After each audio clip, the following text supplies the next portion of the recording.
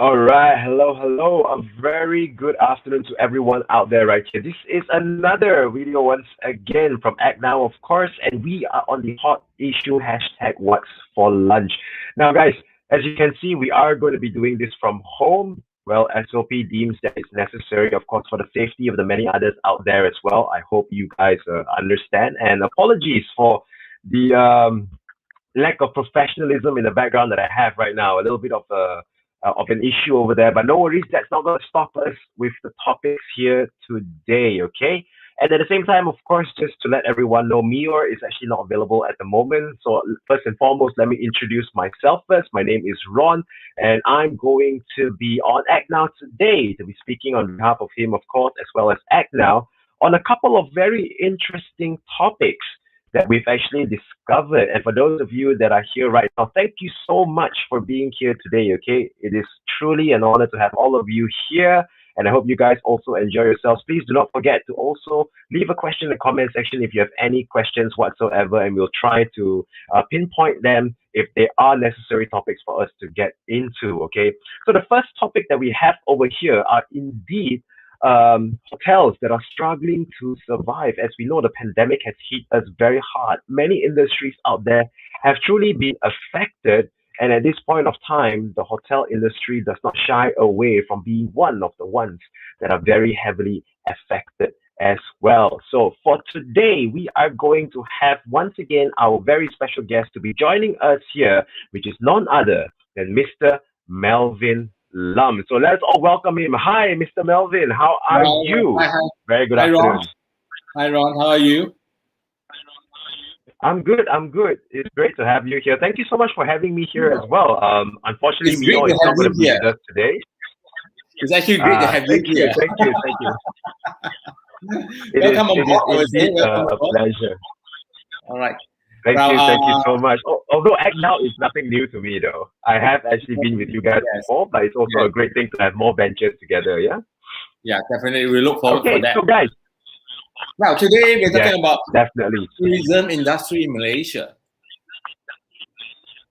Yes, Well, that is tourism correct. industry, Hotels that are indeed struggling. yes, they are indeed not only struggling. A lot of hotels has closed. You know that. So I asked you, when was the last travel or holidays you had in Malaysia?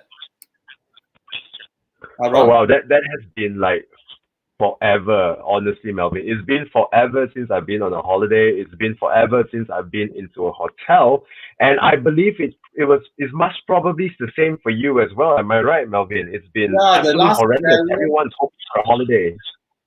I think it was about the last result I went was about something like 2 years ago. That's when Yes, yes. I think that was right before the pandemic yeah, hit. yeah. I went to That was Pulau right Tiong. before the pandemic hit. Yeah, and Wow, I you guess actually went to Tioman. I honestly don't even remember. well, it was a good trip in I Tioman. honestly don't remember. But I'm unfortunately, glad you at least had a great memory over there. well, I'm not that age yet. I have a good memory. Okay, okay. So, well, if my memory serves me well, at this point, many of the hotels over here, as you can see on screen right now, Melvin, I'm sure your heart is also in pain to see the condition of our country being Yes, heavily affected by the COVID-19 outbreak. Especially right now, as you can see, at least 120 hotels in Malaysia have honestly shut due to COVID-19 impact. Some momentarily and some even permanently. Am I right? that's right. That's right. So it's a sad case, and last couple of days, we actually read an article that say a resort entrepreneur in Mm-hmm. Pulau Gadang have no choice Mm-hmm. to need to survive and to pay his employees. He has to sell off his boats. Imagine Yeah, this that is actually very resort unfortunate. in Yes. Pulau Gadang have that he has no choice but to sell off his boats. And how are they going to do? Well, of course, yeah, he's not allowed to open. Probably there's no use of the boats anymore. But he has to sell Mm. something that an island resort needs it.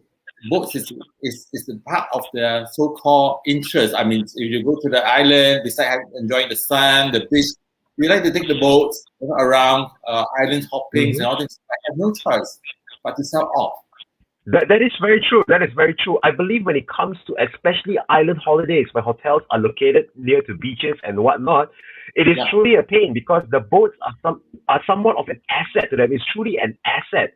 And yes, due to survival reasons, I believe he had no choice but to sell the boats. But honestly, I felt that it was quite a respectable response towards that because not only was he selling his boats for the survival of his resort, it is also to retain the employees that he had and to ration the electric supply as well, which is absolutely amazing because he's not being selfish, he's not doing it for himself.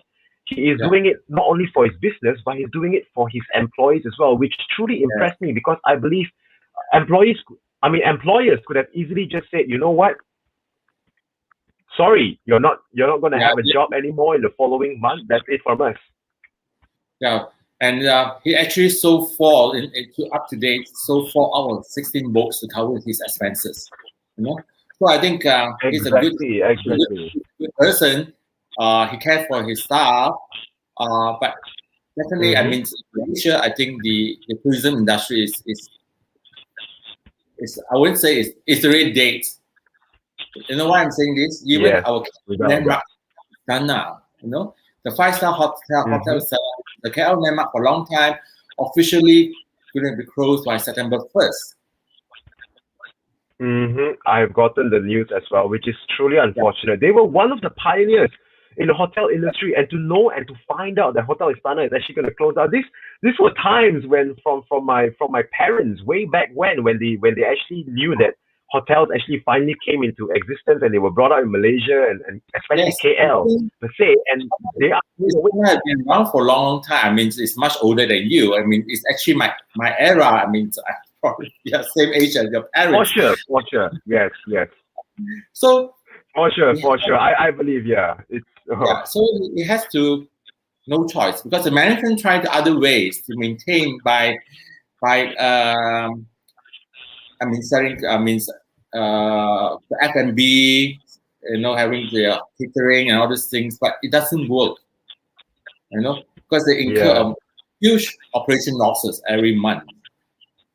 You know, Yeah, because so I believe many, not only the hotel industries, the many other industries out there are kind of resorting to other solutions per se, short term or perhaps possibly long term solutions with their food deliveries, with the packages that they're offering and yeah, whatnot, take home food sales, like you said, Melvin, am I right? And yeah, this that's right. don't seem to be something that's going to be viable in the long run because a hotel is a hotel and without tenants, it's not going to mean anything. Yes, and a five-star, four-star hotel usually about 300-400 rooms to maintain. Um, Mm-hmm. it's not going to work. I mean, food, F&B, and all these things. If you're probably a restaurant or hotel, a restaurant chains, you could. But in a hotel, you're in a Mm-hmm. hotel. Even to switch on the lights, it will probably be very costly. The kitchen will be quite costly to maintain. You don't have the volume of business. Yes, And that's for sure. Because yeah. and what do you know how many hotels has been closed or this business so far? I do not have the specific number with me, to be honest, but I believe, Melvin, you are going to tell me, and I believe the numbers would be extraordinary, something that we would have never actually expected during this Yeah, period of time. Am I right? What is yes. the answer actually? The Malaysia Association of Hotels actually says there's around at Mm-hmm. least 120 hotels use business or temporary or permanently closed. 120 hotels. My goodness, You know, my goodness, they those expect numbers are vast. they expect to be more by year end if our economics, our so it's not still closed because of the lockdown. Uh, it will be more, which so-called hotels will be suffering, and it's a big industry Yeah, in that is Malaysia. true. The revenue, Indeed, uh, indeed. the revenue bring in by the hospitality lines is huge, and they That is also correct. they also report the industry hospitality industry has now lost over 11.3 billion ringgit.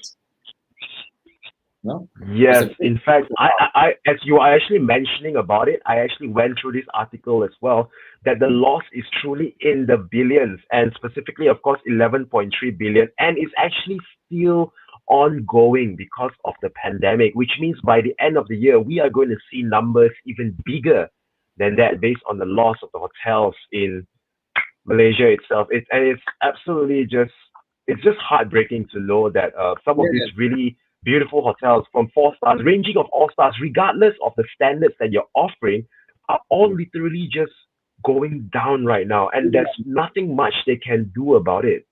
yeah. I have been even before lockdown. I've been driving around KL. Mm-hmm. Those 2-star hotels. They already closed even before the lockdown. Oh wow! The Oh two-star trip, wow! that's along like in Chinatown, in somewhere. I mean, in slightly outside of Kuala Lumpur. I saw few in Giant Sungai DC. They actually closed down way before the Mm, this. So it tells you there's no one actually coming in, staying in, just because we have the restrictions of interstate travels. Hotels are not able to operate. But I do hope, literal ghost towns. Literal ghost towns. yeah. But I do hope the Yeah. government open up. I mean, at the rate that vaccinations are going every day, they claim they have in July they averaged about 350,000 a day vaccinated. And the Minister of Health today say that 30% of the population has been vaccinated. So I guess it's now That is ready. good. We should open up our economy now because this is our third month of the lockdown, and this is the third Mm, lockdown since last year. It's actually have a great impact on our survival. So that is we have to, the companies have to open up with a very new set of SOP. Probably we can start the restaurants. You can go up to 50% capacity for those who have vaccinated at least once. If they're not vaccinated, of course, sorry, you are not able to come and dine in, but you're vaccinated at least once, you are able to dine in with 50% capacity. You know, Yeah, but uh, I believe it is also truly unfortunate in that case because many people out there, I mean, because the numbers right now in our country are truly is truly at an alarming rate, I would say. Even if we were to open the market per se, which I believe it's doable, of course, with the proper SOPs and proper followings and whatnot. But we do have to take into consideration that people are going to be a little bit insecure exposing themselves out there with the alarming numbers that are ongoing right now. And I think that is also the reason why hospitality industry being one of them that is truly affected is that even though we do not have any foreign tourists that are coming in, and that is a sure thing already because we are trying to avoid as much exposure as possible, we are looking into the fact that no interstate is allowed, no interstate traveling is allowed. And due to the SOPs that are being implemented right now, we are not allowed to travel further away from our area unless yeah, with proper you can't permission, of travel course, and further that is also not recommended. you can't further travel Mm-hmm. from your place to stay. But how can we? Yeah. We can't prolong this anymore further because COVID-19 is here to stay. That's already recognized. You close for 1 year, 2 That is years, true. stay. So with the high rates of vaccinations, we have to also have comfort. Trust the vaccinations also protect us. There are cases people who have 2 vaccinations still contact positive, but then it's less severe cases, and probably we need a booster and all these things. We can't totally lock down. We are actually closing our country, so-called to say. You know what happened in China? If you read history, when in the late Qing dynasty, they feel very insecure. They want to close the whole China to the outside world. China was in those days, history was very advanced. People like the China stuff, the porcelain, whatever comes China is great, that's why. But then, when during the Opium War, they feel okay, we should close down the whole country, and that didn't work at all. So it brought about very detrimental effects, I would say. It was not a very good long-term solution, nor short-term solution, because it proved to have actually brought more negativity into the country as opposed to so being a solution that was viable. We are open now with a new SOP. I guess strict SOP has to be adhered. We still have to wear masks for a long time, the face mask. I'm very unfortunate in some countries when they open up, they allow full swing. You can bar open up, full swing. You don't need to wear masks and all these things. I think mask is essential part of our life right now when we go out. Yeah. And then you have the restaurant. I think in a way to go for 50% capacity. We have to start gradually. We can't say okay, open up everything full in the full swing. We still have to have a quota, okay, the most maximum 50%, and then we monitor the situations. If we improve, we gradually increase. It's got to be a step-by-step thing, I would say, a step-by-step thing, and we can't just go cold turkey immediately, because that's not going to help, because it's probably going to help in the short run where businesses were running. We can see clearly right before this current lockdown that we're in right now, businesses were actually operating at a short period of time for approximately 2 months. And right after the 2 months, when numbers spiked, they realized everything was kind of running at a pace that was not viable to curb with the situation, unfortunately. Am I right? I say come to that. The short run is very short, because if one contact the number, because we daily we have numbers, we know how many cases.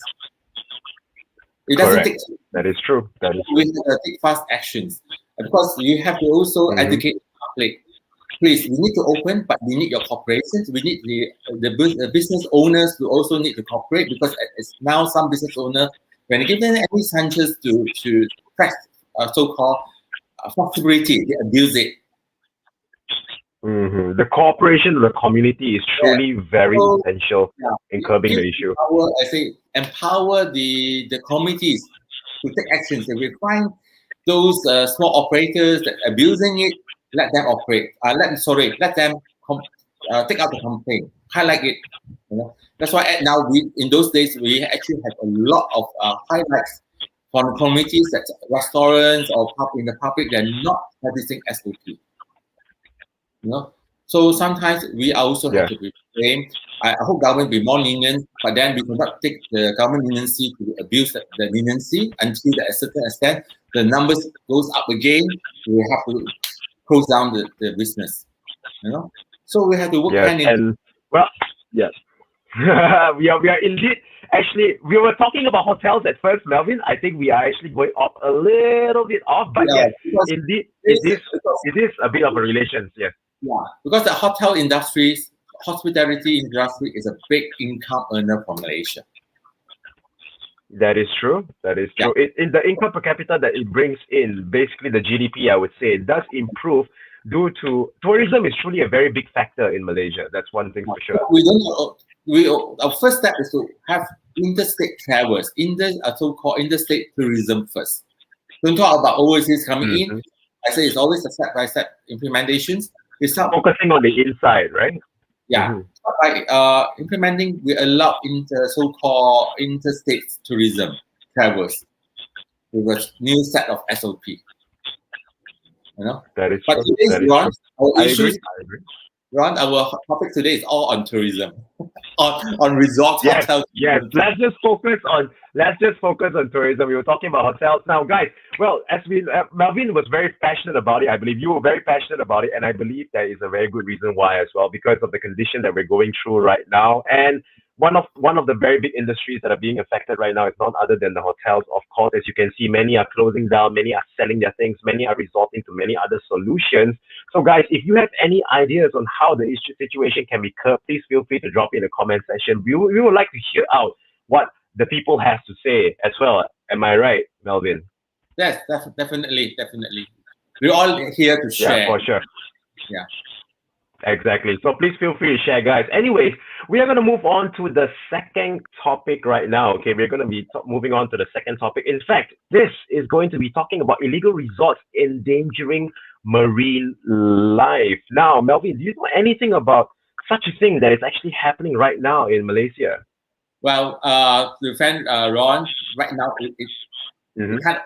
How I wish it happened, but it couldn't happen because now tourism is affected. There's no one allowed to travel for holidays and this thing. But in records, there are a lot. I mean, by given any chances, a lot of resorts, islands, villages actually convert their homes into chalets and homestay. Mm-hmm. And That is right. That is right.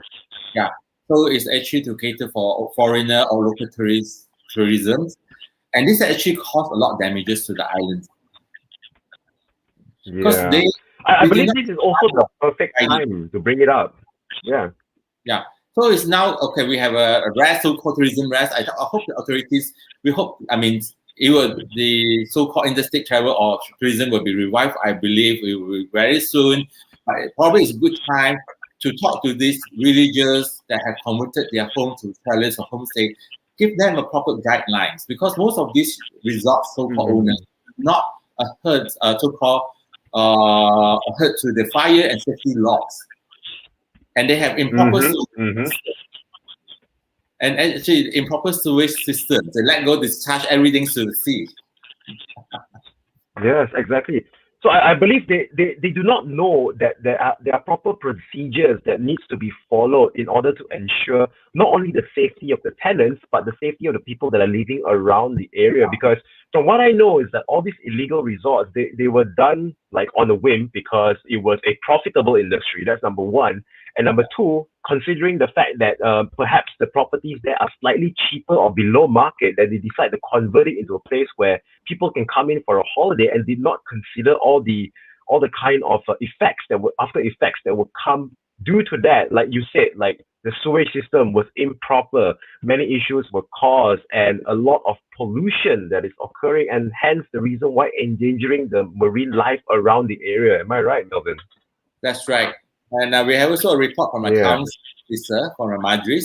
They Mm-hmm. say there's at least 50 official so-called resorts in Pulau Perhentian. Mm-hmm. 50 resorts, but there are many more that are unregistered with the board. Yes. Yeah, So only 50 50 official. Let's just stress on the word official. Yeah. official means that they have to apply for Yes. licensing. They have to adhere on the fire and safety laws, proper sewage system, and all these things. That would not Sure. harm so-called the environments, the gas, and themselves. Mm-hmm. The communities of the island.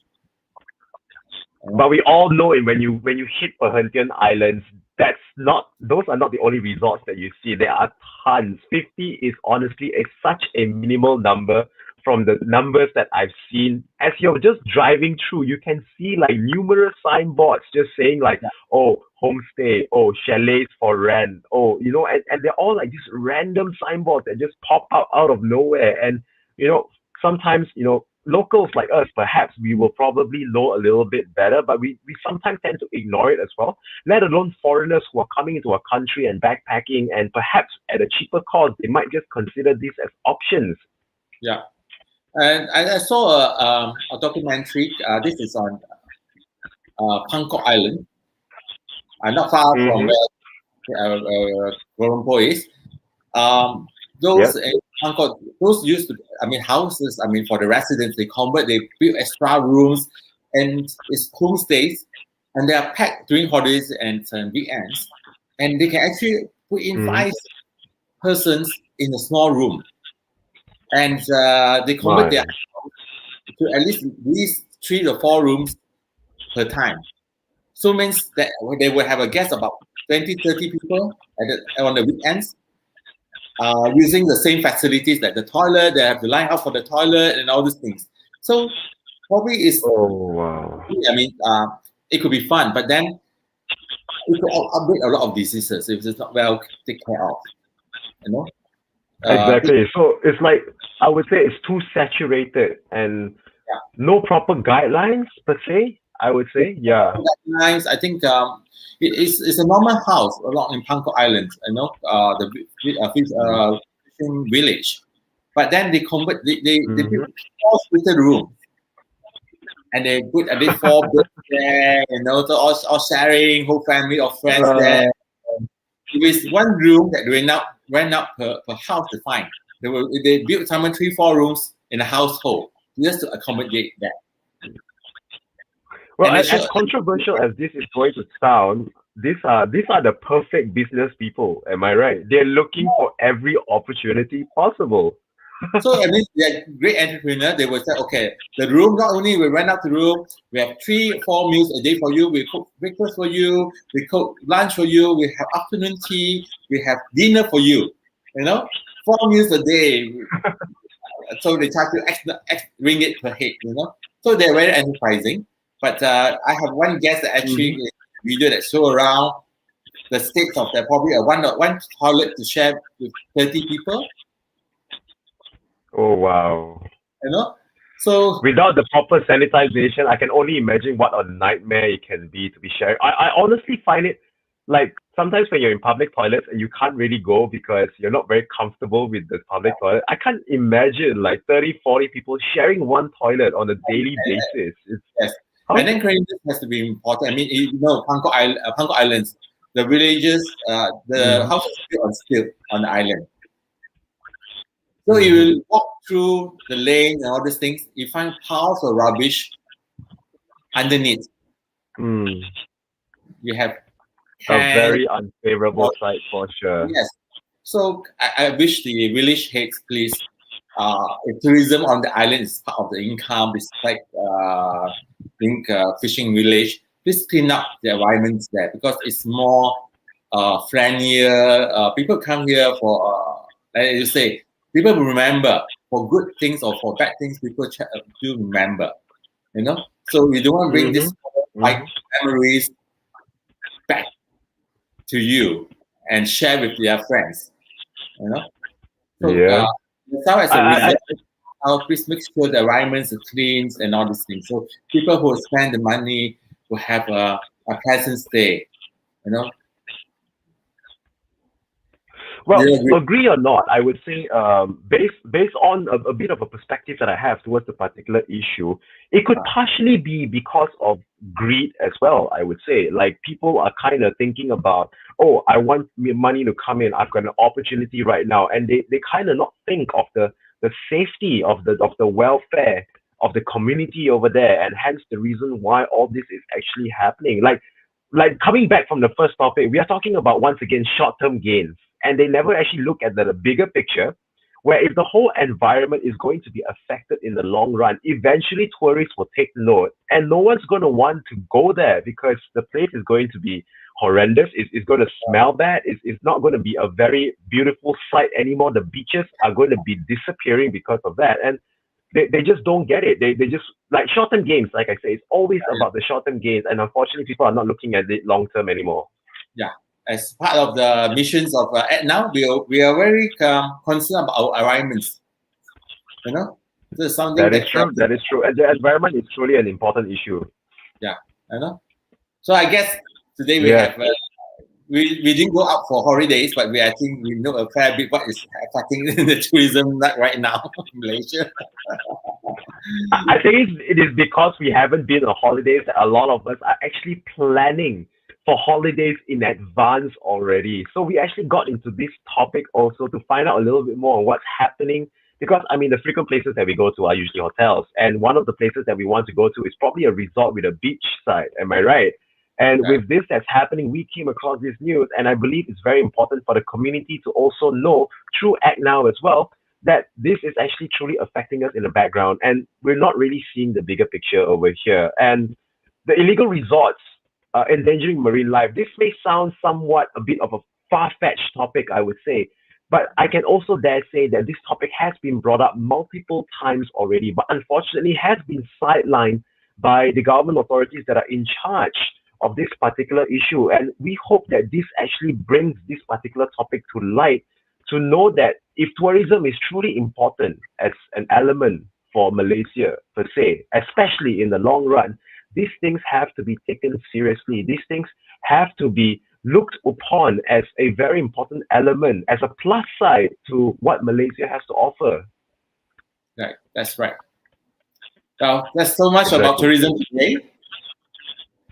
Yep, that is correct. So, guys, those were the two topics that we have from Act Now. Once again, Melvin, thank you so much for being with us here today.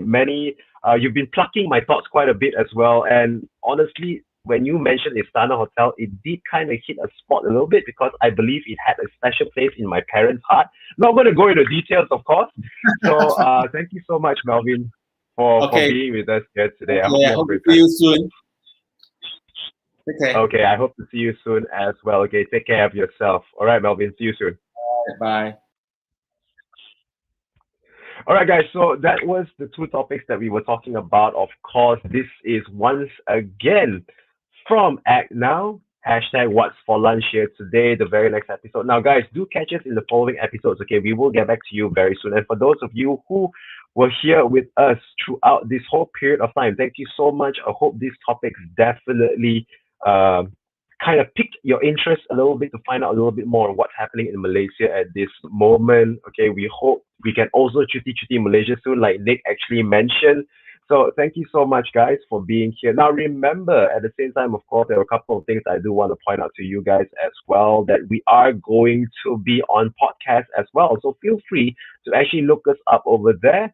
I believe we will be on Spotify or iTunes podcast as well, something that you can actually check. So if you did not manage to catch this live, no worries, you will be able to still play it. So, guys, this is Ron over here on behalf of Act Now. Thank you so much for being here with us today. I am going to be signing off. Okay, thank you so much, and a very great afternoon to all of you. Till the very next topic.